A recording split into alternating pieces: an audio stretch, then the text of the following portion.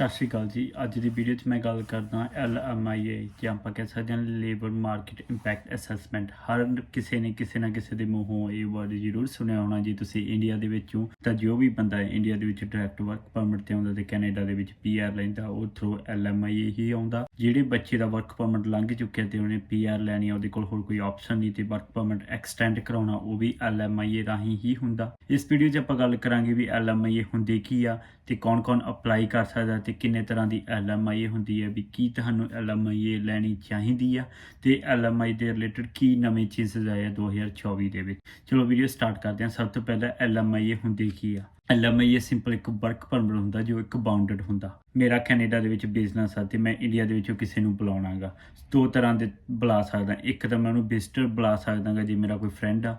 ਜੇ ਮੈਂ ਉਹਨੂੰ ਵਰਕ ਪਰਮਿਟ ਤੇ ਬੁਲਾਉਣਾ ਤਾਂ ਉਹ LMIA ਰਾਹੀਂ ਬੁਲਾਊਂਗਾ। ਸੋ ਮੈਂ ਸਿੰਪਲੀ ਉਹਦੀ ਐਪਲੀਕੇਸ਼ਨ ਸਟਾਰਟ ਕਰਨੀ ਆ ਤੇ ਉਹਨੂੰ LMIA ਰਾਹੀਂ ਇੱਥੇ ਬੁਲਾਉਣਾ ਤੇ ਉਹਨੂੰ ਮੇਰੇ ਨਾਲ ਹੀ ਕੰਮ ਕਰਨਾ ਪੈਣਾ ਬਾਉਂਡਡ, ਤੇ ਇਸ ਤਰ੍ਹਾਂ ਉਹਦੀ PR ਹੋ ਜਾਊਗੀ।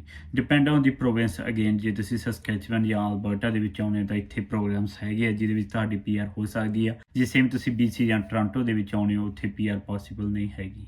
ਹੁਣ ਗੱਲ ਕਰਦੇ ਹਾਂ ਵੀ LMIA ਦੀ ਪ੍ਰੋਸੈਸ ਹੁੰਦੀ ਕਿਵੇਂ ਆ। So as a employer Canada ਦੇ ਵਿੱਚ ਕੋਈ ਵੀ ਬੰਦਾ ਜਿਹਦਾ ਇੱਥੇ ਬਿਜ਼ਨਸ ਆ ਉਹਨੇ ਇੱਕ ਐਡ ਰਨ ਕਰਨੀ ਹੁੰਦੀ ਆ। ਉਹਦੇ ਬਿਹਾਫ ਤੇ ਕੋਈ ਇਮੀਗ੍ਰੇਸ਼ਨ ਕੰਸਲਟੈਂਟ ਵੀ ਕਰਦੇ ਨੇ ਅੱਜ ਕੱਲ੍ਹ। ਸੋ ਉਹਨੇ ਸਿੰਪਲੀ ਇੱਕ ਐਡ ਰਨ ਕਰਨੀ ਹੁੰਦੀ ਹੈ ਜਿਹਦੇ ਵਿੱਚ ਉਹਨੂੰ 2 ਜਾਂ 3 ਜਾਂ ਈਵਨ ਇੱਕ ਬੰਦੇ ਦੀ ਜ਼ਰੂਰਤ ਹੁੰਦੀ ਆ ਆਪਣੇ ਬਿਜ਼ਨਸ ਵਾਸਤੇ।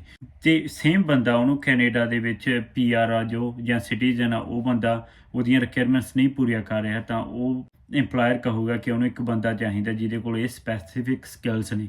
ਐਗਜ਼ਾਮਪਲ ਦੇ ਤੌਰ 'ਤੇ ਮੰਨ ਸਕਦੇ ਹੋ ਤੁਸੀਂ ਵੀ ਇੰਡੀਆ ਜੋ ਕੁੱਕ ਬੁਲਾਉਣਾਗਾ। ਜੇ ਕਿਸੇ ਵੀ ਕੈਨੇਡੀਅਨ ਬੰਦੇ ਨੂੰ ਜਾਂ ਜਿਹਦਾ ਬਿਜ਼ਨਸ ਆ ਉਹਨੂੰ ਕੁੱਕ ਕੈਨੇਡਾ ਦੇ ਵਿੱਚ ਨਹੀਂ ਮਿਲਦਾ ਤੇ ਉਹ ਨੇਪਾਲ 'ਚੋਂ ਜਾਂ ਇੰਡੀਆ 'ਚੋਂ ਕੁੱਕ ਬੁਲਾਉਣਾ ਚਾਹੁੰਦਾ ਤਾਂ ਉਹ ਉਹਦੀ LMIA ਕਢਾ ਸਕਦਾ। ਉਹਦੇ ਵਾਸਤੇ ਉਹਨੂੰ ਐਡਵਰਟੀਜ਼ਮੈਂਟ ਕਰਨੀ ਪੈਣੀ ਹੈ 5 ਡਿਫਰੈਂਟ ਵੈਬਸਾਈਟਸ 'ਤੇ, ਜਿਵੇਂ jobbank.ca ਹੋ ਗਈ, indeed.ca ਹੋ ਗਈ। ਇਸ ਤਰ੍ਹਾਂ 5 ਵੈਬਸਾਈਟ 'ਤੇ ਉਹ ਮਹੀਨਾ ਐਡਵਰਟੀਜ਼ਮੈਂਟ ਕਰੂਗਾ।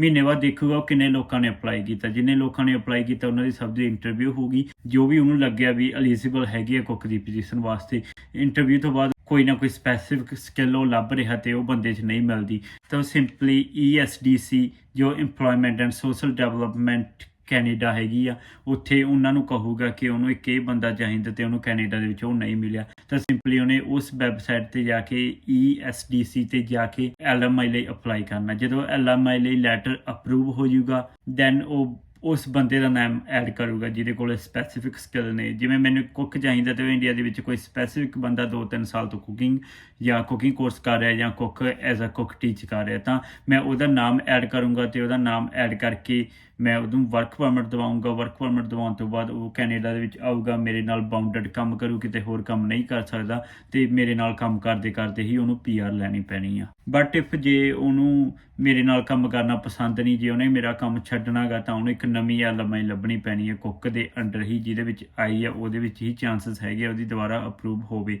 ਤੇ ਸੇਮ ਉਹ ਬੰਦੇ ਨਾਲ ਉਹਨੂੰ 2 ਸਾਲ ਜਾਂ 3 ਸਾਲ ਕੰਮ ਕਰਨਾ ਪੈਣਾ ਜਦੋਂ ਤੱਕ PR ਨਹੀਂ ਹੁੰਦੀ।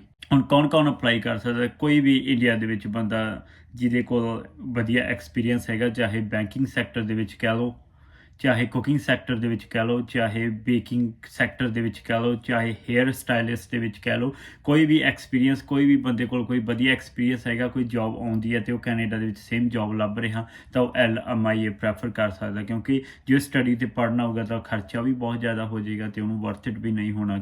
ਕਈ ਵਾਰ ਬੰਦੇ ਦੀ ਏਜ ਹੀ 32-33 ਸਾਲ ਦੀ ਹੁੰਦੀ ਹੈ ਤੇ ਉਹ ਆਲਰੇਡੀ ਇੰਨਾ ਕੁ ਪੜ੍ਹ ਚੁੱਕਿਆ ਹੁੰਦਾ ਵੀ ਹੋਰ ਪੜ੍ਹਾਈ ਨਹੀਂ ਕਰਨੀ ਚਾਹੁੰਦਾ ਤਾਂ ਉਹਦੇ ਵਾਸਤੇ LMIA ਇੱਕ ਵਧੀਆ ਆਪਸ਼ਨ ਹੈਗੀ ਆ। ਕਿੰਨੇ ਤਰ੍ਹਾਂ ਦੀ ਹੁੰਦੀ ਹੈ LMIA? LMIA 3 ਜਾਂ 4 ਤਰ੍ਹਾਂ ਦੀ ਹੁੰਦੀ ਹੈ। ਇੱਕ ਲੋ ਬੇਸ ਰੇਟ LMIA ਹੋ ਗਈ, ਇੱਕ ਹਾਈ ਬੇਸ ਰੇਟ LMIA ਹੋ ਗਈ, ਇੱਕ ਐਗਰੀਕਲਚਰ ਬੇਸ LMIA ਹੋ ਗਈ, ਇੱਕ PS ਪੋਡੇ LMIA ਹੋ ਗਈ।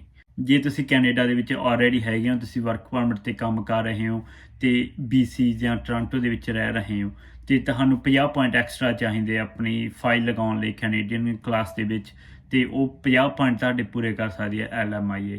ਜੇ ਮੈਂ ਟੋਰਾਂਟੋ ਦੇ ਵਿੱਚ ਕੰਮ ਕਰਦਾ ਤੁਹਾਡੇ ਆਲਰੇਡੀ 400 ਪੁਆਇੰਟ ਹੋ ਚੁੱਕੇ ਨੇ, ਤੁਹਾਨੂੰ 450 ਪੁਆਇੰਟ ਚਾਹੀਦਾ ਕਲੇਮ ਕਰਨ ਲਈ। ਜੇ PR ਲੈਣੀ ਆ ਤਾਂ 50 ਪੁਆਇੰਟ ਮੈਂ ਤੁਹਾਨੂੰ LMIA ਥਰੂ ਦੇ ਦੂੰਗਾ। ਇਹਨੂੰ ਕਹਿੰਦੇ PS ਪੋਡੇ LMIA। ਇਹਦੇ ਵਿੱਚ ਤੁਸੀਂ ਕਿਤੇ ਹੋਰ ਵੀ ਕੰਮ ਕਰ ਸਕਦੇ ਹੋ ਨਾਲ, ਨੋਟ ਅ ਪ੍ਰੋਬਲਮ। ਜੇ ਤੁਸੀਂ ਇੰਡੀਆ ਤੋਂ ਆਉਣੇ ਹੋ ਤਾਂ ਇੰਡੀਆ ਤੋਂ ਆਉਣ ਕਰਕੇ ਤੁਹਾਡੇ ਪੁਆਇੰਟ ਬਹੁਤ ਘੱਟ ਪੂਰੇ ਹੁੰਦੇ ਆ, ਤਾਂ ਹੀ ਜੇ ਤੁਸੀਂ ਦੇਖੋਗੇ BC ਜਾਂ ਟੋਰਾਂਟੋ ਦੇ ਵਿੱਚ PR ਲੈਣੀ ਔਖੀ ਹੈ। ਪਰ ਜੇ ਇਹੀ ਤੁਸੀਂ ਗੱਲ ਕਰੋਗੇ ਸਸਕੈਚੁਅਨ ਦੀ, ਜਿੱਥੇ ਐਗਰੀਕਲਚਰ ਦਾ, ਤੁਹਾਨੂੰ LMI ਮਿਲ ਸਕਦੀ ਹੈ ਬਹੁਤ ਈਜ਼ੀਲੀ, ਜਾਂ ਹੋਰ ਕੋਈ ਵੀ LMI ਅਪਰੂਵ ਹੋ ਸਕਦੀ ਆ ਮੀਡੀਅਮ ਵੇਸ ਰੇਟ 'ਤੇ ਜਾਂ ਲੋ ਵੇਸ ਰੇਟ 'ਤੇ।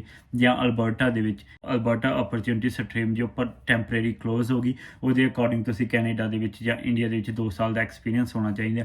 ਜੇ ਤੁਸੀਂ ਇੰਡੀਆ ਦੇ ਵਿੱਚ ਬੈਂਕਿੰਗ ਸੈਕਟਰ 'ਚ ਕੰਮ ਕਰ ਰਹੇ ਹੋ ਅਤੇ ਕੈਨੇਡਾ ਦੇ ਵਿੱਚ ਤੁਹਾਡੇ ਕੋਲ ਅਕਾਊਂਟਿੰਗ ਦੀ LMI ਹੈਗੀ ਆ, ਤਾਂ ਇੰਡੀਆ ਦੇ 2 ਸਾਲ ਤੁਹਾਡੇ ਕਾਊਂਟ ਹੋ ਜਾਣਗੇ, ਅਤੇ ਨਾਲ ਜਦੋਂ ਹੀ ਤੁਸੀਂ ਕੈਨੇਡਾ ਦੇ ਆਓਗੇ ਪਹਿਲੇ 5-4 ਮਹੀਨਿਆਂ ਦੇ ਵਿੱਚ ਹੀ ਤੁਹਾਡੀ PR ਆ ਜਾਊਗੀ। ਸੋ ਬਹੁਤ ਸਾਰੇ ਤਰੀਕੇ ਹੁੰਦੇ ਨੇ ਕੈਨੇਡਾ ਦੇ ਵਿੱਚ PR ਲੈਣ ਦੇ, ਉਹਨਾਂ ਦੇ ਵਿੱਚੋਂ LMI ਇੱਕ ਬਹੁਤ ਸਹੀ ਅਤੇ ਇੱਕ ਵਧੀਆ ਮੰਨਿਆ ਜਾਂਦਾ, ਜਿਸ ਬੰਦੇ ਕੋਲ ਇੰਡੀਆ 'ਚ ਐਕਸਪੀਰੀਅੰਸ ਹੈਗਾ, ਜੋ ਬੰਦਾ ਖੁਦ ਇੱਕ LMI ਲਈ ਇੰਪਲੋਇਰ ਲੱਭ ਲੈਂਦਾ। ਹੁਣ LMI ਦੀ ਟੋਟਲ ਕਾਸਟ ਹੈਗੀ ਹੈ $1000, ਅਤੇ ਜੇ ਆਪਾਂ ਐਡਵਰਟੀਜ਼ਮੈਂਟ ਰਨ ਕਰਨੀ ਹੈ $500-700 ਉਹਦੀ ਹੋ ਗਈ। ਅਤੇ ਜੇ ਤੁਸੀਂ ਇੱਕ LMI ਜਿਹਨੇ ਅਪਰੂਵ ਕਰਾਉਣੀ ਹੈ, ਜੇ ਉਹਨੇ ਕੰਸਲਟੈਂਟ ਹਾਇਰ ਕਰਨਾ, ਤਾਂ $4000 ਤੋਂ $5000 ਫੀਸ ਉਹਦੀ ਹੋ ਗਈ। ਸੋ ਮੋਟਾ ਆਪਾਂ ਕਹਿ ਲਓ $7,000 ਤੋਂ $8,000 ਫੀਸ ਆ। ਹੁਣ ਇਹਦੇ ਵਿੱਚ ਡਿਸਐਡਵਾਂਟੇਜ ਇਹੀ ਹੈ, ਜੇ ਤੁਹਾਡੇ ਕੋਲ ਐਕਸਪੀਰੀਅੰਸ ਨਹੀਂ ਹੈਗਾ, ਤੁਸੀਂ ਫੇਕ ਐਕਸਪੀਰੀਅੰਸ ਬਣਵਾ ਕੇ ਆ ਗਏ, ਤਾਂ ਤੁਹਾਡੀ ਐਕਸਪਲੋਇਟੇਸ਼ਨ ਬਹੁਤ ਜ਼ਿਆਦਾ ਹੋਣੀ ਹੈ।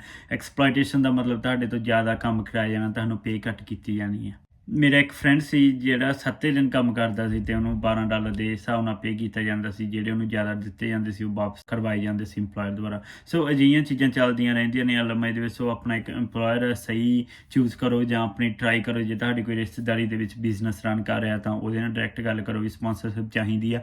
ਜਿਹੜਾ ਵੀ ਉਹਦਾ ਬਿਜ਼ਨਸ ਹੋਇਆ, ਉਹਦੇ ਬਾਰੇ 2 ਜਾਂ 3 ਸਾਲ ਇੰਡੀਆ ਦੇ ਵਿੱਚ ਸਿੱਖ ਕੇ ਆਓ, ਤਾਂ ਕਿ ਤੁਸੀਂ ਉਹਦੀ ਹੈਲਪ ਕਰ ਸਕੋ। ਤਾਂ ਉਹਦਾ ਸਿਰਫ $5,000 ਤੋਂ $7,000 ਲੱਗਣਾ ਫੀਸ। ਉਸ ਤੋਂ ਬਾਅਦ ਉਹ ਤੁਹਾਨੂੰ ਕੈਨੇਡਾ ਦੇ ਵਿੱਚ ਬੁਲਾ ਸਕਦਾ, ਤੁਸੀਂ PR ਵੀ ਹੋ ਸਕਦੇ ਹੋ। ਪਰ ਆਪਣਾ ਕੰਮ ਪ੍ਰੋਪਰ ਸਿੱਖ ਕੇ ਆਇਓ, ਕਿਉਂਕਿ ਰਿਸ਼ਤੇਦਾਰੀਆਂ 'ਚ ਨਹੀਂ ਫਰਕ ਬਹੁਤ ਪੈ ਜਾਂਦੇ ਇਹੀ ਗੱਲਾਂ ਕਰਕੇ।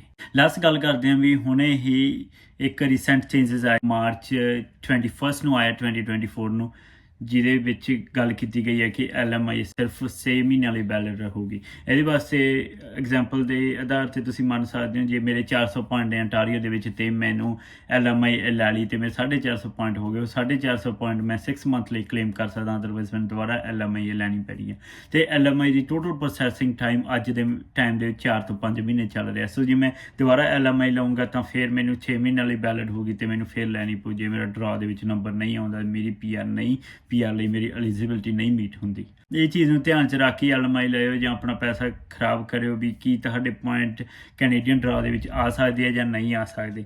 ਉਸ ਤੋਂ ਇਲਾਵਾ ਇਹਨਾਂ ਨੇ ਜੋ 30% ਤੱਕ LMIA ਦੀ ਮਤਲਬ ਕਿ ਇੱਕ ਬਿਜ਼ਨਸ ਦੇ ਵਿੱਚੋਂ ਨਿਕਲ ਸਕਦੀਆਂ ਸੀ, ਉਹ ਸਿਰਫ 20% ਕਰਤੀਆਂ। ਅਤੇ ESDC ਨੇ ਇਹ ਵੀ ਕਿਹਾ ਗਾ, ਜੋ LMI ਅਪਰੂਵ ਕਰਦੀ ਹੈ, ਉਹਨਾਂ ਨੇ ਇਹ ਵੀ ਕਿਹਾ ਜੇ ਤੁਹਾਡੇ ਕੋਲ ਤੁਹਾਨੂੰ Canadian citizens, Canadian students, Canadian PR ਦੇਖਣੇ ਚਾਹੀਦੇ ਆ ਜੇ ਤੁਸੀਂ LMI ਬਾਹਰ ਅਪਲਾਈ ਕਰਨੀ ਆ ਉਹਨਾਂ ਤੋਂ ਪਹਿਲਾਂ।